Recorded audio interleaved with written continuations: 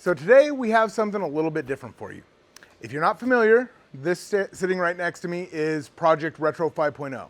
That is my 302 small block Ford that is supercharged just like they did back in the 90s, but with today's modern components, and we made 829 horsepower.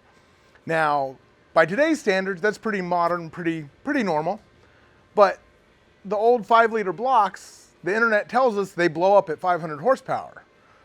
So we're gonna tear this down because we wanna know, did we break it? I've heard plenty of stories about 302s not knowing they were dead because they had a girdle on them. So we're gonna go ahead and tear this down, bring you along for the journey and show you what we find. I'm Greg Acosta and this is EngineLabs.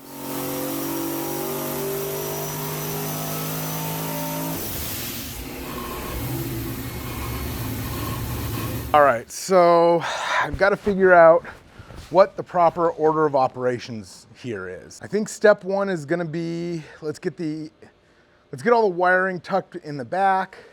Then we're going to go ahead and get the accessories off.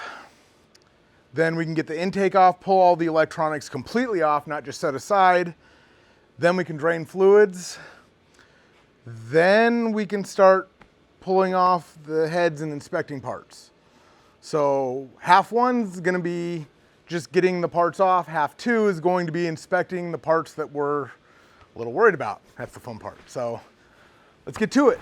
Just in case it's not apparent, this was dynoed about 3 months ago, and we just got back to Texas to tear it down. So it's been in storage for 3 months. So let's go ahead and just see where everything lies. I'm gonna start cutting zip ties. Looking at everything, I think I'm gonna pull the distributor first just to get that out of the way. Then I'm gonna pull the rest of the stuff because I don't wanna drain fluids while there's wiring still hanging off the engine. This little bolt here is in a very tough spot because you can't really get a socket on it. You can't really get a long open-ended wrench on it. And you really only get about 1/6 of a turn, maybe 1/4 of a turn at a time. And it's a little 1/2-inch head, so it's not like there's a ton of grip. Oh, okay, we got more zip ties. There we go. So this should be, make sure we're clear, everything's free. All right. Distributor is out. That is a Performance Distributors Ford 5-liter drop-in kit. It's a little bit different than the normal HEI. The normal HEI has the coil up here and kind of the Chevy style. That's what they're known for. But this is a direct drop-in. It's got the Dyno mod built in because it's a TFI system. And since we were using the plug-and-play Holley, we used a standard 5-liter style distributor. Yeah, one thing I want to do is check this tensioner because during the final runs, we lost a serpentine belt.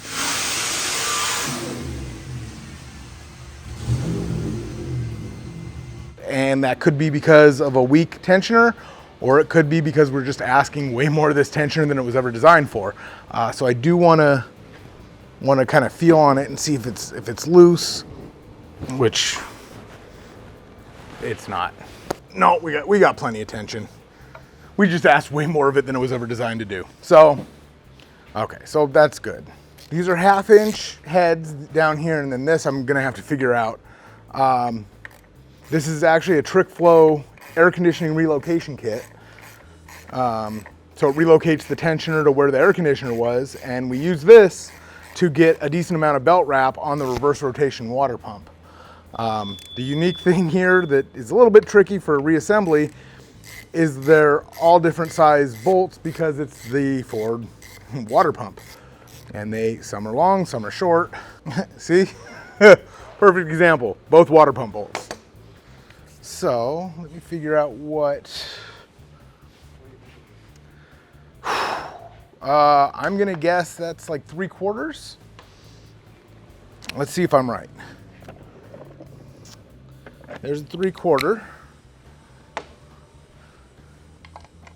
Boom. I got a calibrated icrometer. Oh, that's tight. There we go. And this, I actually, that's the funny thing. I spent $9 buying a grade 8, 6.5 inch long bolt for this, and I forgot it.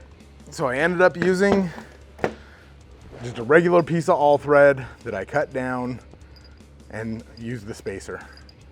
So funny, I still have a brand new $9 6.5 inch grade 8, bolt sitting at home unused. All right, so now that I've got that, let me get that out of the way. Let's see if it's 3/4. It's 3/4. Oh my God, yeah.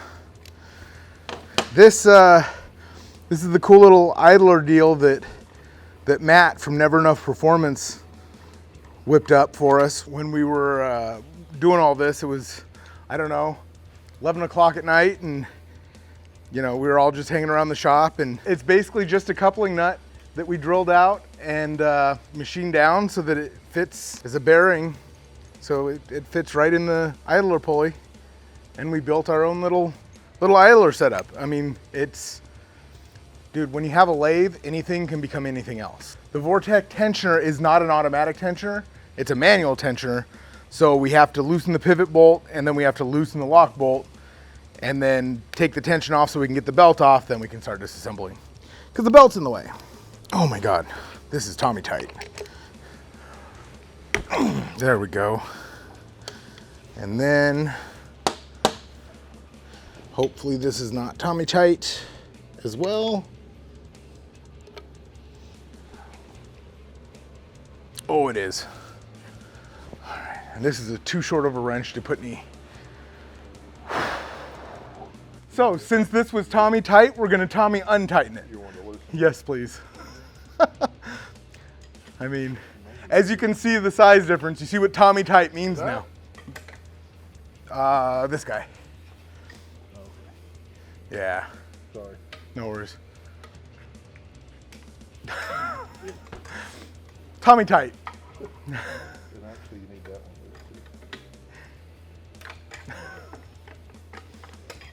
there too. Thank you, Tommy. Thank you, Tommy. This is why we love KPE. All right, cool. So we can now loosen that, get that blower belt off, get that belt off, and we can reevaluate what the next step is. How many of you guys have started a project then had to take a break for whatever reason, only to forget everything you did?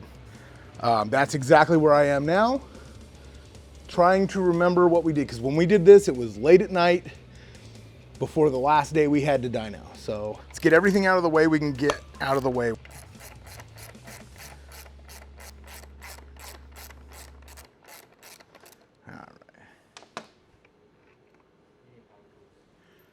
I'm surprised no one has come out here and yelled at me for using hand tools instead of power tools.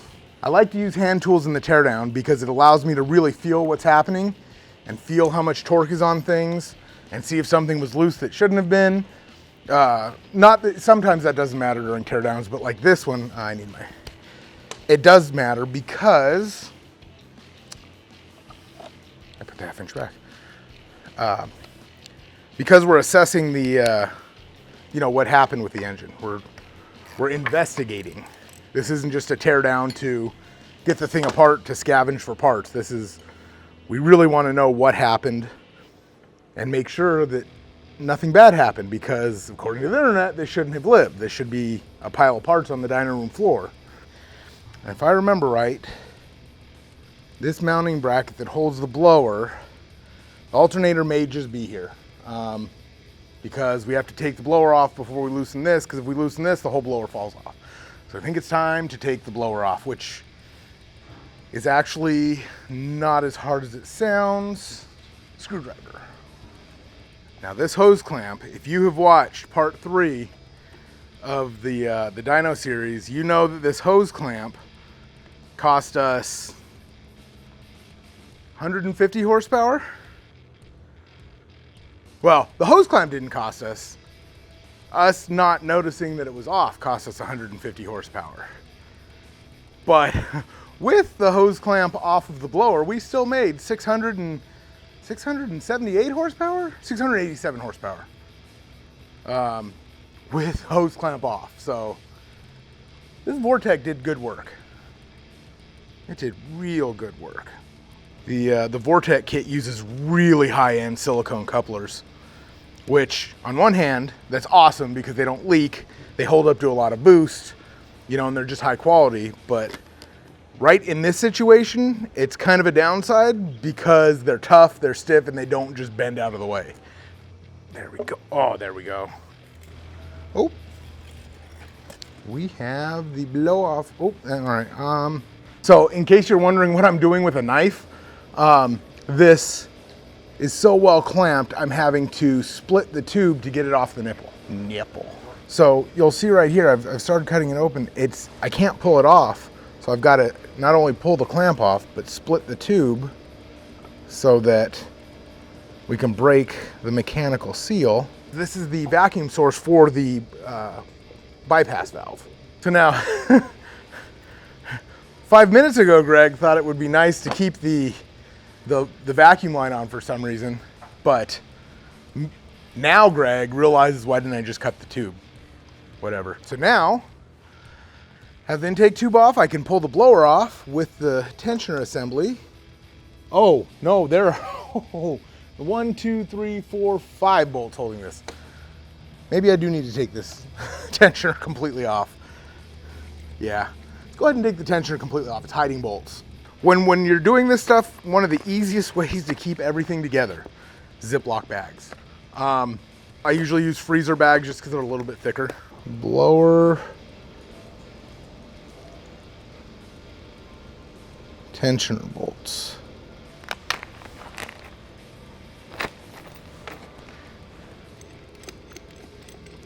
I just want to say to anybody out there who thinks this is easy, you try doing it in front of a camera. Everything that you know how to do, just try doing anything that you do on a regular basis in front of a camera and watch how much harder it gets.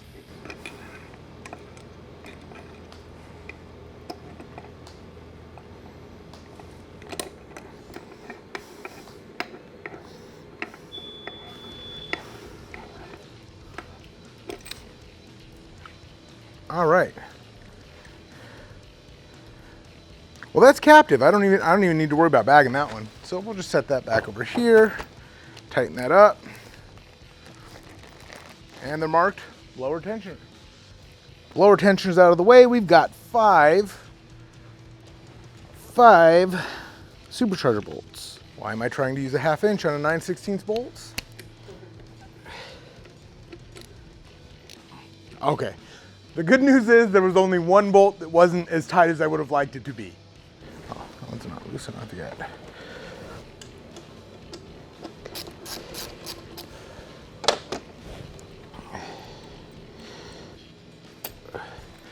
All right.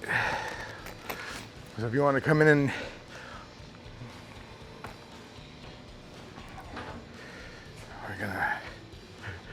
all right, so if you just want to hold that while I pop these last two off. As soon as this is out, she's out.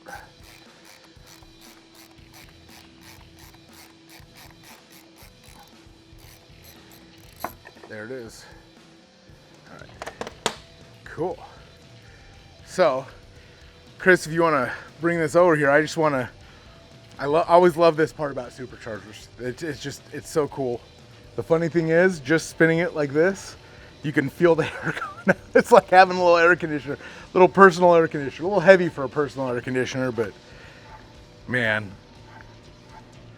And actually, there's a little bit of use to doing this. I'm feeling for play. I'm feeling for any kind of slop. Because again, I mean, this supercharger, no, we're not sticking fingers in there. This supercharger is rated to 775 horsepower, and we made 829 horsepower with it.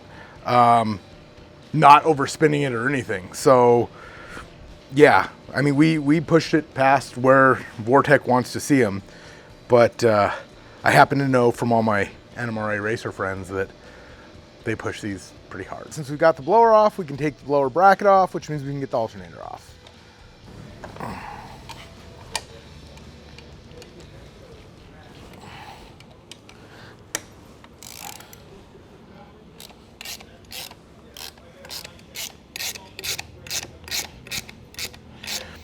So this bracket is really actually pretty cool because this is a piece of plate steel that mounts to a cast bracket, which mounts to the block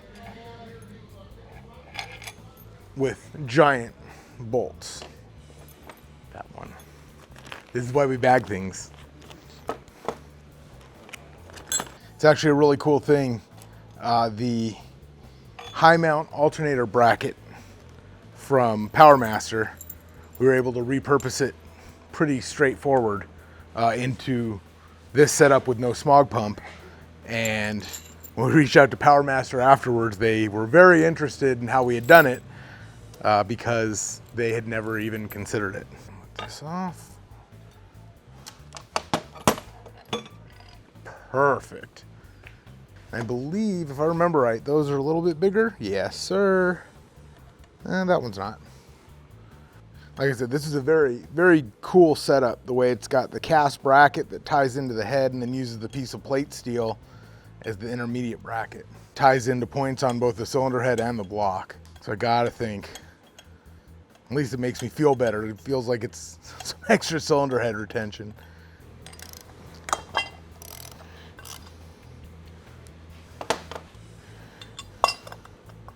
So much easier to take things apart than put them together. So now with the blower out of the way, we're gonna go ahead and pull off the upper intake and get all the electronics taken off. I am cutting off the vacuum line that we have running that's teed off to the fuel pressure regulator and the Holly, because I want this upper intake to come off nice and easy as one piece. I think we're good. It's like when you pull an engine out of the car, the engine hoist is designed to test the maximum tensile strength of whatever you forgot to disconnect.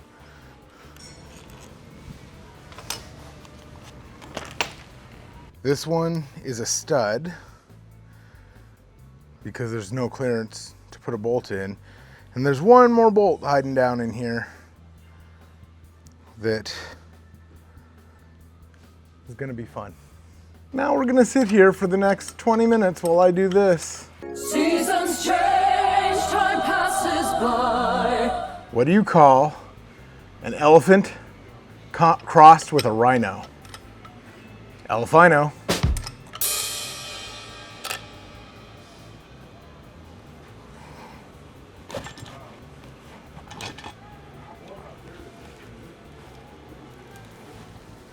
Shit. What'd I say about checking tensile strength? What? I forgot the, okay. I forgot the idle air control valve connector. Oh, come on. Oh, I've been good to you, you be good to me. Come on. There we go. Now. Alrighty. All right, so with the upper intake off, I can now get to all my different connectors. I'm getting every piece of wiring off the engine because I don't, once we get all the wiring, then we can drain fluids. I don't want the wiring in any way contaminated by fluids. So I want it as far away from the engine as possible when we drain this. So that's what's next. That's what we're getting at. So I'm gonna start popping injectors, and I don't even remember which one we ended up using. Had to go to like 9 different auto parts stores to find it, like in stock. But I think we ended up with a GM 2.5 bar, maybe a 3 bar. There we go. Cool, cool, cool, and the gang. Look at that. All right. Oh boy. I do believe, nope, not quite. Oh, look at that one-handed magic.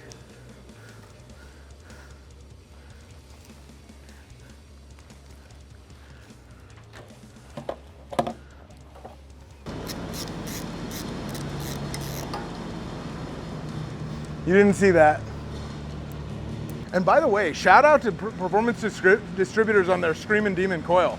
Thing did killer. All right, so with all that done, I'm gonna start draining the fluids, and while they're draining, I'm gonna go ahead and clean up my workspace a little bit because I got a whole other round of parts to take off.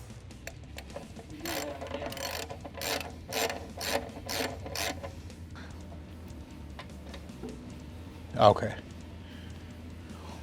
So we took the oil filter off of Retro 5.0 because when we pulled the plugs, there was a little bit of glitter on the magnetic.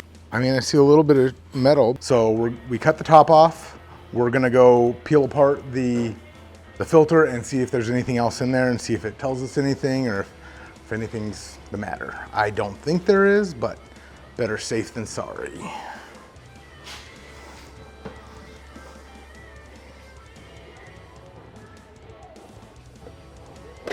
I did have to kind of squish the case.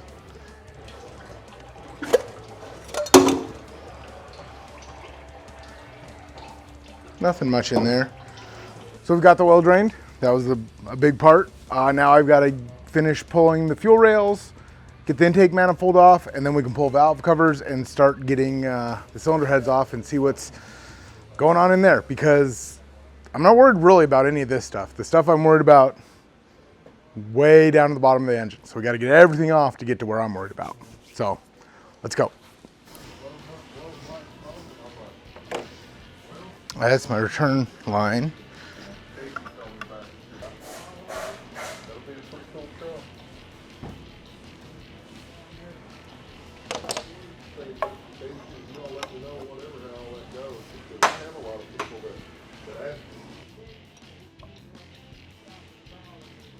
So one of the cool things I'm really kind of excited to show you guys is my 3D printed bracket for my fuel pressure regulator, because it's not just 3D printed. I 3D printed it out of high temp PLA, or, well, it depends. I mean, it could be high temp, it could be heat treatable, either way.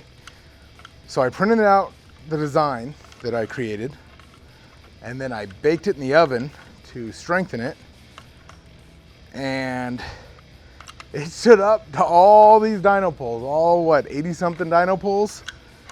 I do ask that you ignore the gross color because yellow was on sale.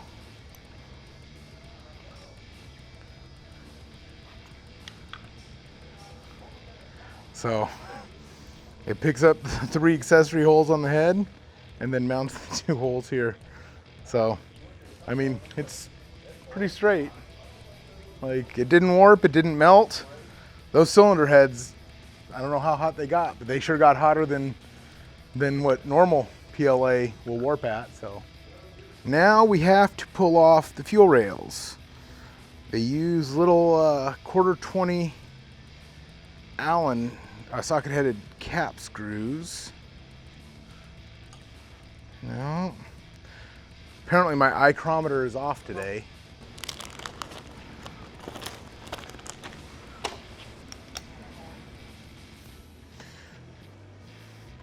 And these Teachworks injectors, we went with the 78 pound an hour injectors because we thought we were going to grow into them. We didn't realize we were going to max these things out on the 3rd test. Something about making 829 horsepower on the 85 that a little bit much for the 78s. Well, not a little bit much. We were able to bump up the fuel pressure and get all the fuel we needed, but we were at their limit. They were done. One side of your rails need this little spacer, and that's strictly to provide clearance for the distributor. It's really funny because I'm feeling the spring from the gaskets. Everything's cracked and loose, and then I get a couple more done, and then it's all of a sudden it's not hand loose anymore. If I do this right, I'm gonna be able to pull this off and not pull it out 1 bolt at a time. Oh, here she comes. Oh yeah, I forgot I glued it down a little bit in the corners with right stuff. All right, there there's the lower intake. Come look at this. If you look at the lifters, they're all nice and they look brand new. I mean, obviously we'll take them out and inspect them a little closer. Push rods all look good. Yeah, they're basically, it's good news because there's no bad news. Like, we can't tell for sure, but we also know that there's no bad news happening. So now let's pull the valve covers off.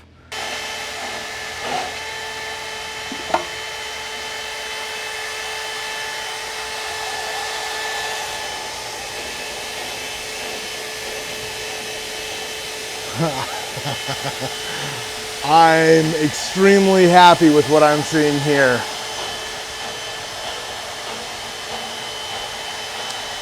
There is nothing that would indicate that there's an issue. They're all tight. Everything's good. Nothing I don't like there. Tastes like horsepower. It's really weird. It looks gross, but it tastes delicious. You know, I feel like superstition actually plays a really big part in all the stuff we do. Because I know some pretty weird engine builder habits that are nothing but superstition. I know one engine builder who used to always offer his engine a beer when he was done. And by offer his engine a beer, I mean he cracked a beer and poured it in the valley. I'm pretty sure he's gonna be watching this and he's gonna know I'm talking about him. Hi, Scott. Let's go ahead and take a look.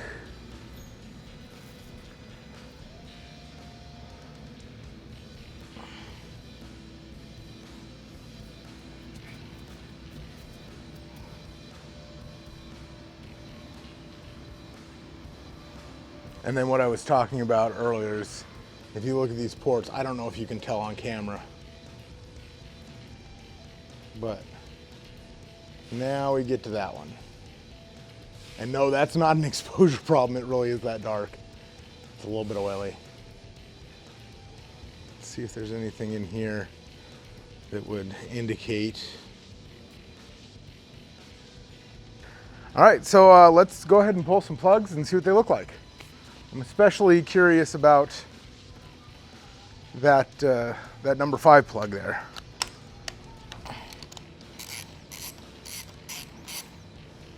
So I see, you know, a little bit. It looks like oil. It's not rich. Yeah, it's wiping off. That's a little bit of oil in the cylinder. And timing mark looks good. No damage to the porcelain. Sorry, I'm just swinging this around looking. I mean, looks like the tune-up was good. There's just some oil in that cylinder. And really what's gonna verify that is when I go pull other plugs and see if there's yucky, is that. These 3 should all look the same and not look like that first one. So looking at these look like just good, solid.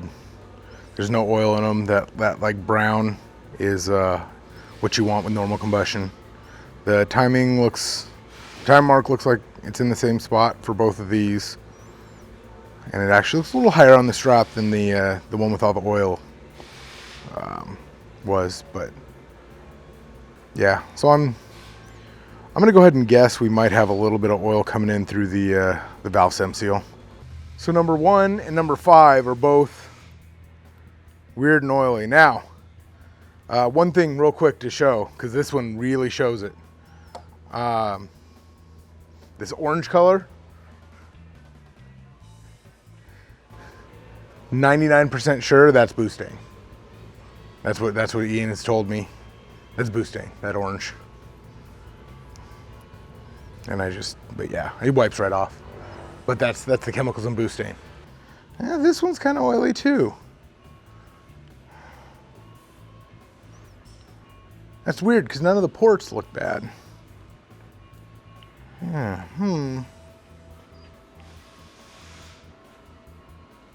Interesting. Just something to think about while we pull the heads off and start looking at things.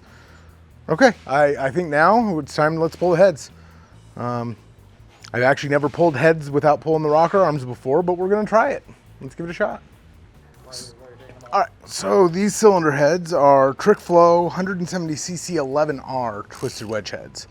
The 11R refers to the valve angles because the original, okay, story time with Greg. Let's start off. The original small block Ford cylinder head has inline valve angles. So all the valves are 20 degrees.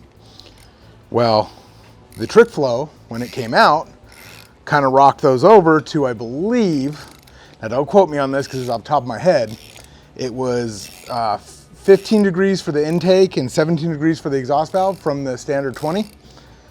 So that's what was the twisted part of the twisted wedge, and the wedge was the chamber design. Well, the 11Rs, as the name kind of implies, rocks the intake valves over to 11 degrees, and the exhaust valves are at 13 degrees. So it's even more rocked over than the standard twisted wedge. So that, ooh, we got some water. That's not totally unexpected. The stock block goes into water. So the thread sealant did its job. But yeah, so that's where the 11R name comes from. And they are the modern version of the standard Trick Flow twisted wedge cylinder head. And that's what we have here.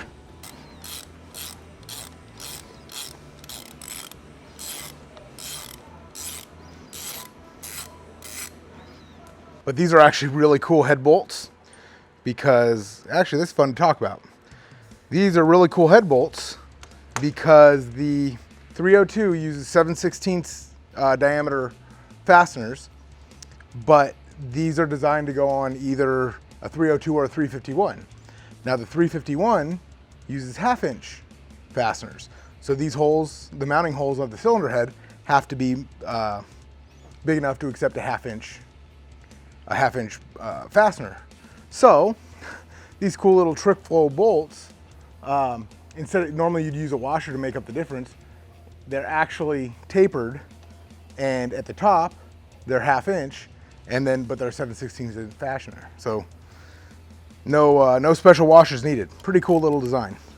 And they obviously handle the power because they handled 829 horsepower.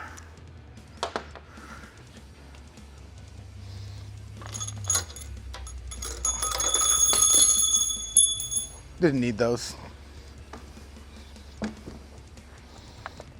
All right. Yeah, a little bit of water in there, but it's not a blown head gasket or anything. That's literally coming from the way. Man, I'm right off the bat, I'm pretty damn impressed. You can still see freaking cross hatching. Wow. Okay.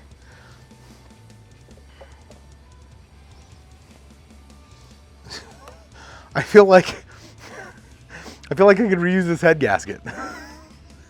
I wouldn't, because reusing head gaskets is bad, but I feel like I could reuse this head gasket. All right, so let me wipe the water off of these. I mean,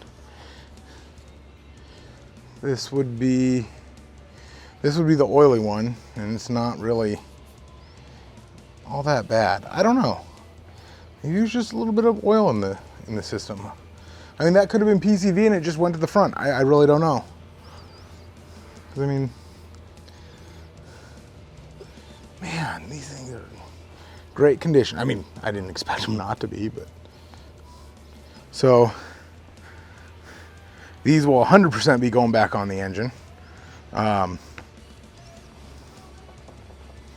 Yeah, because we're not done testing. We've got plenty of testing left. Okay. My apron was inside out. Nobody bothered to tell me. Like, I'll take most of the blame on that, but there are several other people here who could have explained to me, hey Greg, why is the tag showing? Why is the logo not showing? But so, no, it is not a different apron. So now let's go get the other head off and we'll start to look at some pistons. Okay.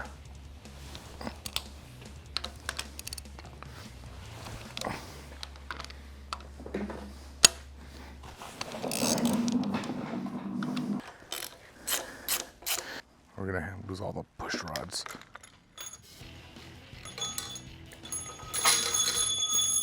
tried to keep them. Okay, so now we got both heads off and everything looks good, I'm going to take the spider off, which is the thing that provides tension to the dog bones, which are the lifter retainers. And we're just gonna look to see if there's any cracks, because this is where I think we'd see them. I don't expect to see any cracks, and I honestly don't expect any cracks we did see, or any cracks that are present to be visible to the naked eye. All right. Man, I don't see, there's nothing wrong with this. There's nothing wrong. We are not cracked. We're still gonna check. Like we've got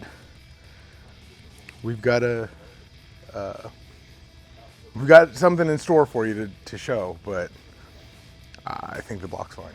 All right, so next step is to pull the dog bones and the lifters out. We won't be reusing these in the next part of the build, but they are perfectly good parts. And if you followed EngineLabs for any amount of time, you know I have a bit of a hoarder tendency going on with me. So while I may have thrown the E7 heads in the trash can, I'm not throwing away a perfectly good set of hydraulic roller lifters and retainers. So I know I'm using chrome sockets on impact. It's a 3/8. Oh, God. Can I have the? Oh. I guess I'm not going to use chrome sockets, but all right.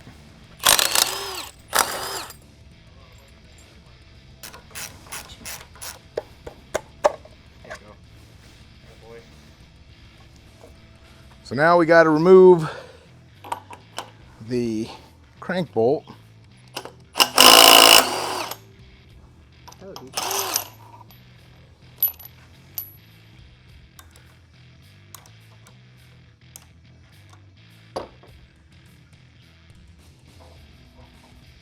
So we basically we're down to the short block. We've got everything off.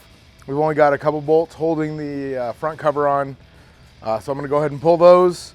Then we're gonna flip it over, get the oil pan off, get the rotating assembly yanked out of it, and then we can check for cracks on a more than visual level. So with the small block Ford front cover, most of the bolts are shared with the water pump. And actually, with this setup, it was pretty funny. There's a third of the bolts tie into the supercharger mounting bracket. A third of the bolts come into the water pump. And then these two bolts are the only thing holding just the front cover on to the block.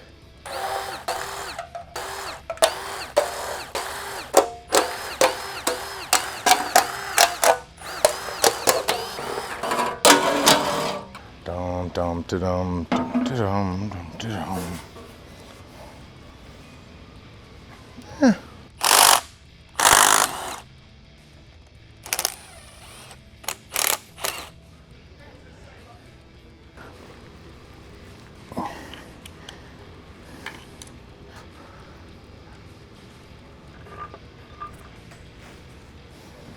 Oh, dude, that was a lot easier with the leverage, but that took way too much force for a front cover.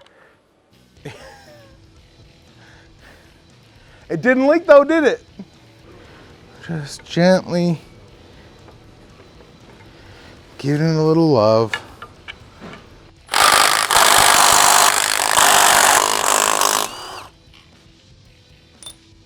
All right, I mean, no stress cracks, no. So that's where the main caps ride. And then this is the outside. And I mean, yeah, we're good.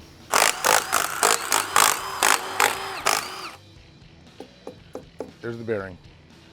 Don't want to lose the bearing. All right, let's look at it. Oh my God, these things look amazing. Oh, for real. Like, this is no joke. That bearing looks gorgeous. You have deeper marks right here where I check clearance than you do any kind of wear.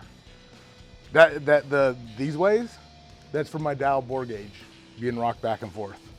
Look at that.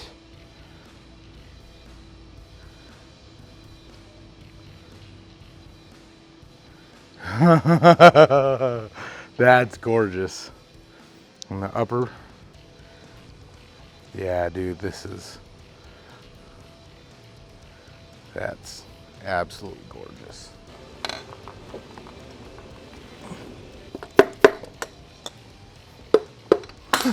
It's just a little airborne. It's still good. It's still good. It's gone. I know.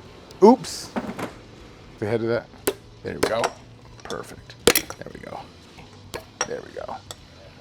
There we go.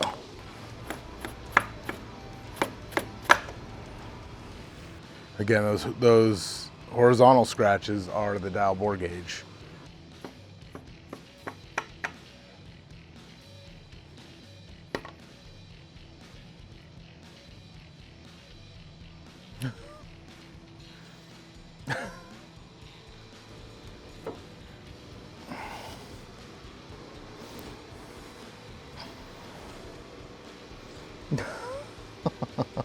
Man, we could absolutely reuse these bearings.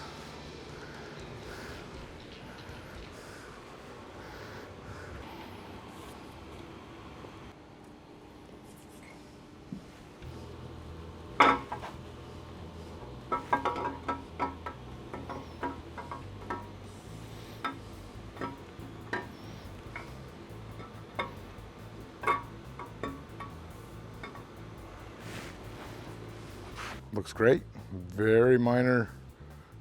Looks like he's been run for 30 passes. Yeah, I mean, we didn't expect anything else out of this.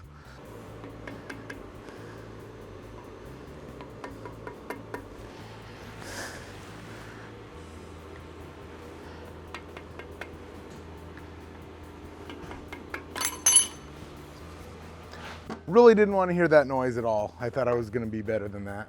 All right, so we're here in the white coat. You know that means it's science time. The thing we need to do now is check this block for cracks. Normally, we wouldn't be too worried, but the internet has told us, and really more than the internet, common sense and just years of experience have said that Ford blocks fail at 500 horsepower. So what we want to do, we want to check this for cracks. Not because we want to prove anybody wrong, we want to use the block again. So in this case, what we're going to do is do some non-destructive testing. We're going to do dye penetrant testing. Goodson Tools has a kit called the IllumaCheck kit, which also works on steel, which will put a dye penetrant onto the steel and then develop it and show any cracks. The theory, just kind of like Magnaflux uses magnetic force to draw the powder into the cracks, this uses a dye to soak into any cracks that are there, and then once we wipe it off and develop it, it'll show any cracks. So we're going to be checking the mains and the valley, because those are the two areas where they most commonly occur, and we're going to hopefully come out with a block that's good to go. So let's clean.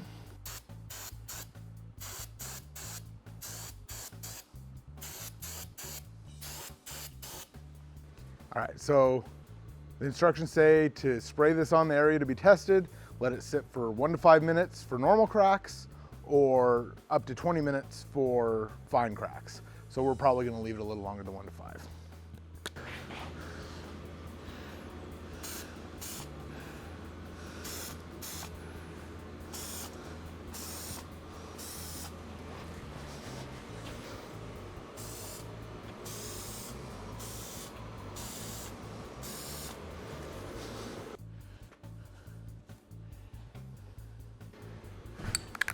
So now we develop. We shake this until you can hear the ball nice and mixed up.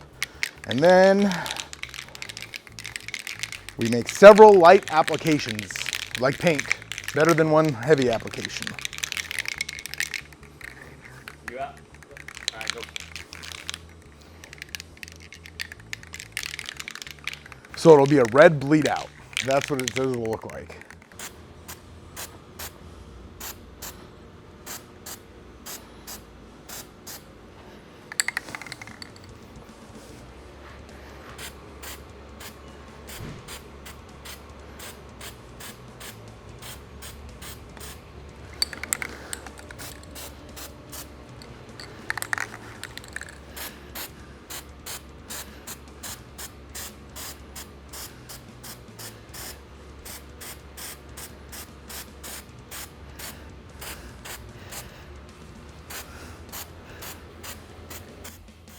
By no means do I know what I'm looking at, but I am feeling very positive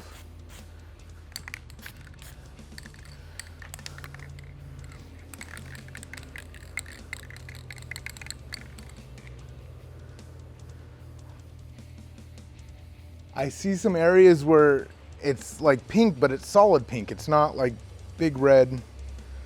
Like right here, I think that's just an area where we didn't clean it enough. That doesn't look like a crack, because a crack should, like that. That's discolored, but it doesn't look like a, let's give it a little hard spray. Let's see if that, no, it just develops as pink. That's not a crack. All right, we're checking the valley.